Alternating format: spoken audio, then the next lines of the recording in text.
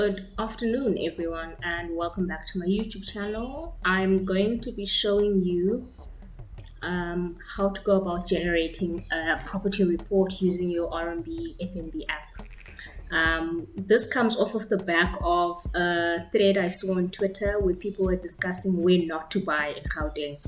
Right, so I'm going to let the numbers do the talking. I'm going to share the video of what I did to get it as well. On how to generate these property or area reports, but let's go through the three that I generated. So they come through on your email. So the FNB will just email it to you, and then you'll just, you'll open it for yourself, and that's pretty much it. Okay. Right. So like, share, subscribe, and let YouTube know if you're enjoying this video so that they can recommend similar videos to you, or let YouTube know that you didn't enjoy this video so that they won't recommend me and my videos to you as well. Okay, so we're gonna look at the first one, which is Protea Glen. So that's the suburb. So they're basically saying on prices, the average price paid 655. All properties, average market high is 765, average market low is 570. But what you actually want to look at is the price trend, right? So 2013, 2014, 2015.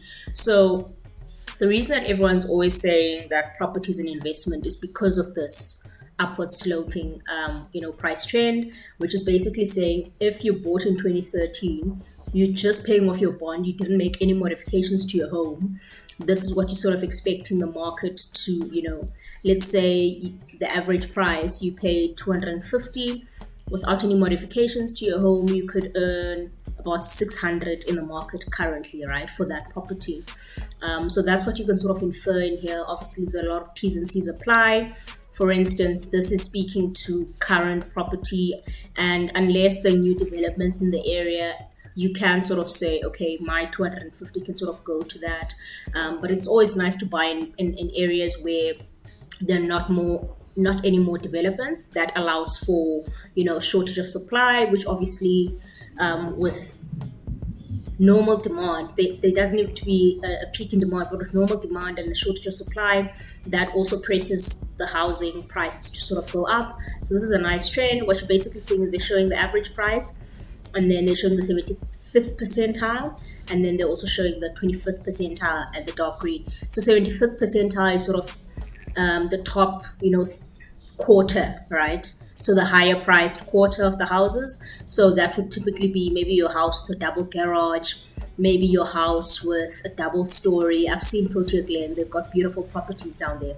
So what you see on the 70th percentile is the higher end ones with the en-suites, the ones with the lovely garden out in front, the ones that are close to, accessible schools and close to, transport nodes. And then you'll see your 25th percentile are your cheaper ones, right? So you'll see that in 2013, a cheap, 25th percentile, so the first quarter of the houses were about 150. Right now, if you look at those same houses, those range at just over 550,000.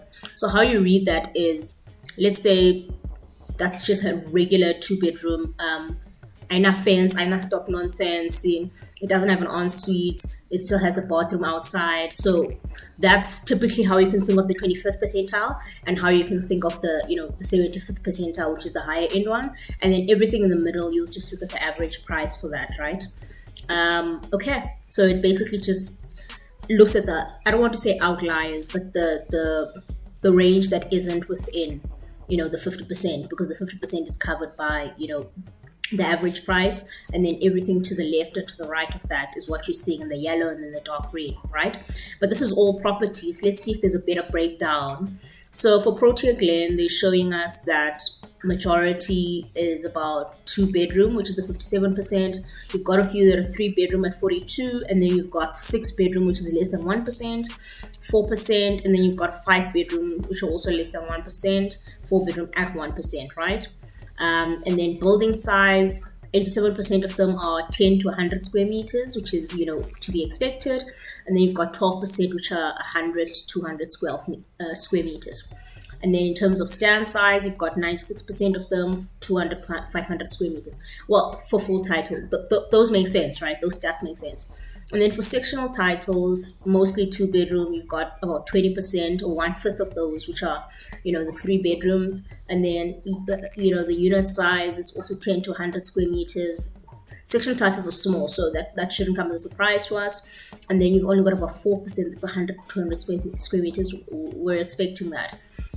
And then that's the stand size, the breakdown as well. Construction information, I'm not even gonna lie to you, I don't know how to read this, so I would be selling dreams if I were to try and interpret this. But anyone who understands construction information will gain value from this part. And then they sort of map the area, maps of interest. So they show you different schools, they show you different, fast food outlets. So that I wasn't meant to highlight that.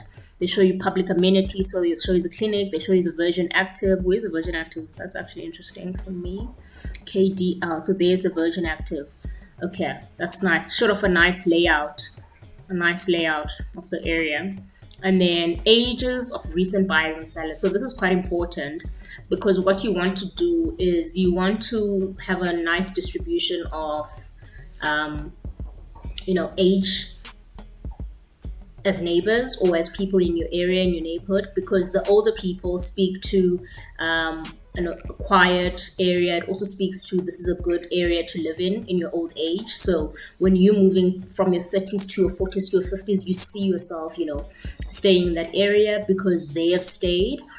What you also want to see is you don't want to see too many middle.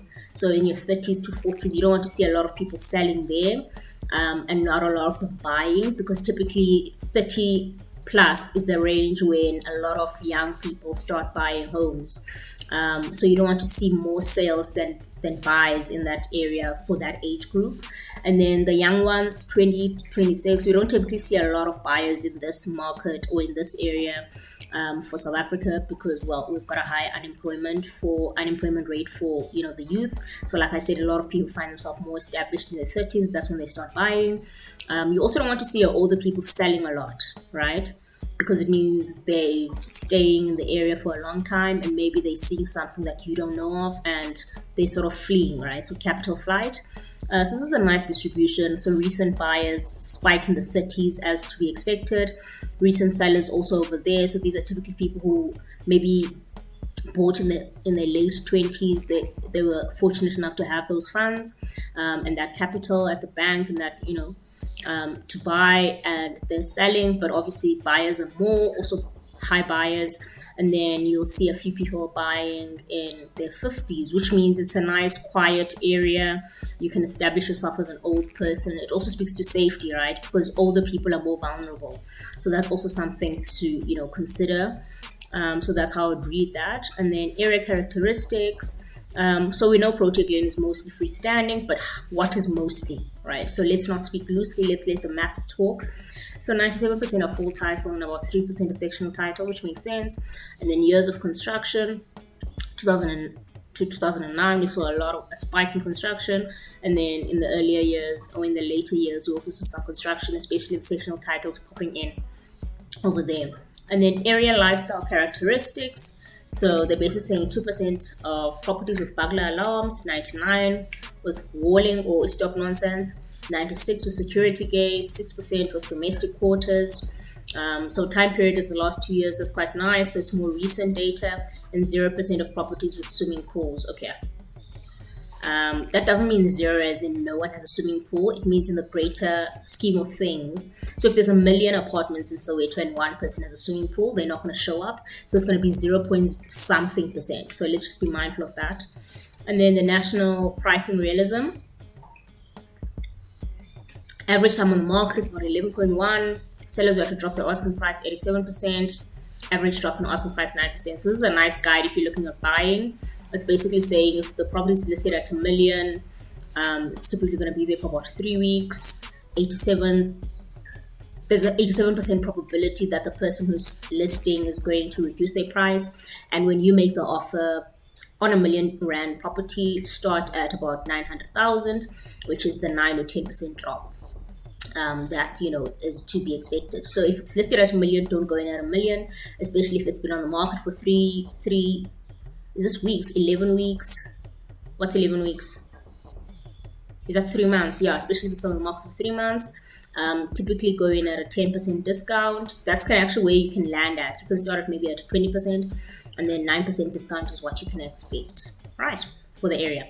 Okay, so we've done Protea Glen. So now I'm going to go into the Bryanston area property report. So this report speaks like this. So the average price paid in Bryanston is about 3 million. Let's look at what the Soweto price was, 655,000. It's a big difference. And then average market high was about 4.1 million. Current year average market low was 1.3 percentage change, 2.5% up. So this one also went up 3.86. So that's what, when they're looking at that, that's what they saying, or they're suggesting that you can factor into your rental model. So check out my property model. So that's what you can fit in as the appreciation number for the area that you're buying in, if you're buying for investment purposes. And this is how you'd read the Bryanston one. So in 2013, the average price was about just over two and a quarter million. The 25th percentile, which was the lower end, is about 1 million. So those are probably just your apartments. So those haven't gone up too much. I mean, it's been 2022, it's 9 years later, and they're still just over 1.25 million, right? Whereas the 75th percentile started about 3 million in 2013, which was 9 years ago, and now they're just under 4.2 million, right? So that's just something to be mindful of. Again, the trend is much more, it's difficult to see compared to the Protea Glen one we're looking at, but that is because of the higher end. So if you were to strip out the 75th percentile, you could sort of see the average trend, and then 2013, 14, you can see that, and then there was a dip in 2016, 17, 18, 19, a dip in 2020. We understand why, right? 2019, 2020, especially for high-end market, those are the ones that got bit the most. 21, 22, right? So it's sort of an uptick every 3 years almost. I don't know. So 3 years and then down, and then 3 years and then down, and then I don't know. I don't have enough data to say. And then full title properties, number of bedrooms. So we know Bryanston, right? If you're paying 3 million, it's typically for, big houses. You do get your 2-bedroom, which are the minimum at like 3%. Mostly 3-bedroom at the 31. 4-bedroom, we've also got a 34%. 6-bedroom, 13%, 5-bedroom, 90%. What's interesting with these is that the expensive houses typically have bedrooms that match the bathrooms, but you'll never find like a 12-bedroom for 3 million. It's typically 3, 4, because they are family houses. They're not meant to house millions of people, and high-end properties typically house smaller families. Not extended family, it's typically just the nuclear family, which is a mom, dad, 2 or 3 kids, you understand? So that's typically what it looks like. And then the building sizes are obviously a bit bigger, as you can see here. 45% of them are about 300 to 500 square meters, which is to be expected.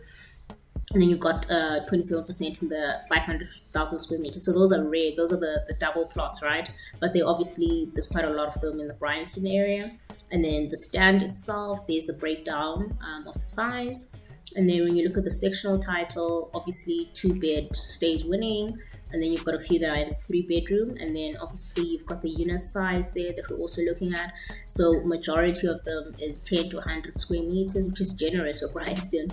And then the stand size doesn't really matter, to be fair, especially when it comes to sectional title, but there's the breakdown, 200 to 500 square meters. Construction information, I'm going to skip this like I said because I don't really know much about it, but I do see, what is buildings per stand, single, multiple? Oh no, I thought that was the story. Oh yes, single and double story. Okay, so yeah, double story is about 50-50 split. And then you've got the map area, so it shows you dimension data. There's Bryndall, there's Bryanston High, Seattle Coffee. So it's Wimpy Bryanston. All right, I know that one. That's by the engine. Then there's the Mediclinic. There's the Murray Stopes, there's Riverside, Virgin Active Bryanston, Fight Club Bryanston, and then CrossFit. So it's basically showing you a map of the area, just like we saw with the Soweto. And then the ages of recent buyers and sellers. We've got a lot of buyers in the 36 range, very few in the 20 to 25 because the properties are quite high end. So that's usually inheritance. Not to say that at 20, 25 you can't buy, but there's a lot of inherited wealth in that age bracket throughout, in whichever area actually. A lot of 20 to 25 year olds typically inherit those properties. And then 31, you've got a lot of buyers also in the 26 range, 31, 36, and then older people are selling. Okay, there's a big spike there. There's also a big spike here. So older people seem to be selling more than they're buying. So that's just something to be mindful of. That's what I'm reading from this side of the chart. And then we've got the middle years. So more people buying, more sellers, more sellers. I don't know. It seems like a lot of older people are leaving the Bryanston area if I'm reading this chart. Right, and then area characteristics, like I said, the property composition, mostly, full title, but it's a relatively even split, right? And then years of construction, a lot of construction in the 60s, more in the 70s, not so much now, right? They're running out of space.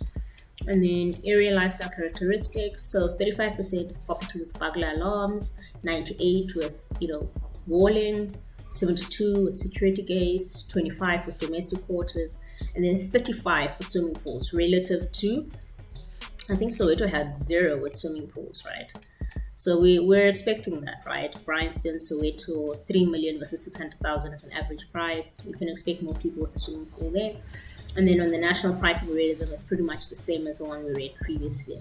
So this is just the time that I pulled the report, which is this morning, because I wanted to show you.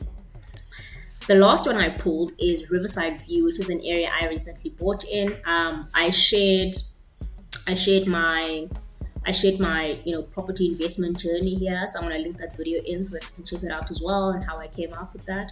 So the average price is about 209,000. So it falls under Diepsloot, but it also falls under Midrand, but some people say it falls under Randburg, so it's quite tricky. But you'll see the street code 2191 is the same as the Bryanston one, and it's obviously different to the Protea Glen one. So Riverside View is quite tricky in terms of where it falls in, and that's why I'm not too worried about these prices, because they speak more to Diepsloot than the newly established town, which is Riverside View in and of itself, right?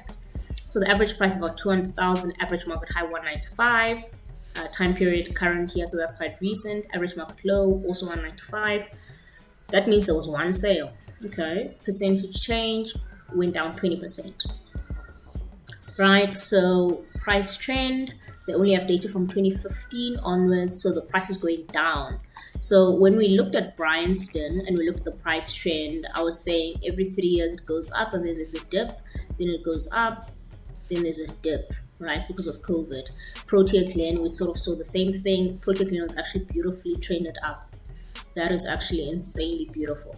Whereas for Riverside View, it's the other direction, right? You can see that the trend is downwards. So that doesn't inspire confidence. So in 2015, the average house was about 400,000. 2016, they went down to about 450. Okay, so it was 420. Then it went up 450, went up to 475, went up to 500. And then suddenly it went down to 250,000. So a lot is happening here. A lot is happening in Diepsloot. Full title properties, there's 3 bedrooms, and then there's 2 bedrooms, 61%, building size 10 to 100 square meters. I think it would have been nice if they put the sample size here, because I think the data that FNB has on Diepsloot is quite small. So yeah, I think that the data is thin, so we can't really say much about this. 2 bedroom 100%. Okay, like I said, I can't speak to this because I don't know much about it. Okay, and then they're just showing you some close places. So Virgin Active, Broadacres, Fight Club Dainfern, Virgin Active Dainfern. Oh, that's a nice Virgin Active. It's got a nice view on the upstairs. And then Mug and Bean, Kachisanyama, Summit College. There's River Sands showing up. So River Sands primary showing up, but it hasn't been built yet. Alright. And then the age of recent buyers and sellers, it's not too far off the Bryanston and the Protea one, Protea Glen. You've got young people buying. So here, typically, that's when we make our money as young people in South Africa. And then on the higher end, you've got older people selling and not so much buying. Nothing in the 60s range, 56, 60. That's an interesting trend. This is very, this tail end is very different to the distribution of Bryanston and Protea Glen. So it's almost like young people buy in, Diepsloot or Riverside, and then they leave once they get older. They don't want to retire there. Anyway, like I said, I think the data is thin for FNB on this. I think Standard Bank may actually have better data because Standard Bank has a bigger market share in the lower end, property game. So that might be, a big factor in this. And then the year of construction, a lot of construction in the 2000s. Again, like I said, very thin data. Lifestyle, 14%, Bagla, 98% with Amadonga, like walls, 92% security gates, none with domestic quarters, and none with, swimming pools. I think this number is wrong because a lot of places in the townships have back rooms. So that's why I'm saying I don't think that FNB has enough data for this, for Diepsloot specifically. Right, so now we're at the end of a video. What I'm going to do is I'm going to show you how I went through. Let me actually...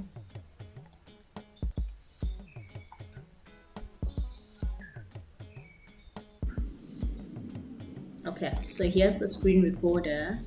What I did is I went to my banking app. I use RMB, so I went to nav home. Then I went to value estimate, right? And then I say select a property report for an area. Then I selected Gauteng. And then I put in Protea Glen, so it just blanks it out so that it can protect my, privacy. Then I say email area estimate report. Then I put in my email address. All right, so it's just doing its magic in the background. Once I've entered my email address, it simply sends it to me. Right, so it emails it to me. And then I went and I did the Soweto one as well, also for an area, also Gauteng. Right, so I also said email, put in my email address again, and then FNB just drops it for me. They just drop it for me. And then this is what comes into my mailbox. And that's what I was taking, you champs through. So let me know which areas you're interested in. Let me know if you've tried and followed along and you were able to generate the reports. And yeah, let me know if you like this video with a thumbs up. Comment down below, engage. Let me know what you're thinking. I'm really keen for that. Let me know what you think about these areas. Let me know what you think about these stats, right? I'd really appreciate that. Thank you for tuning in. Really appreciate it if you watched this far. Check out all my other videos. Let me know if there's anything you like or any topics that you want me to cover that I haven't done. It's Tando, and I'm out.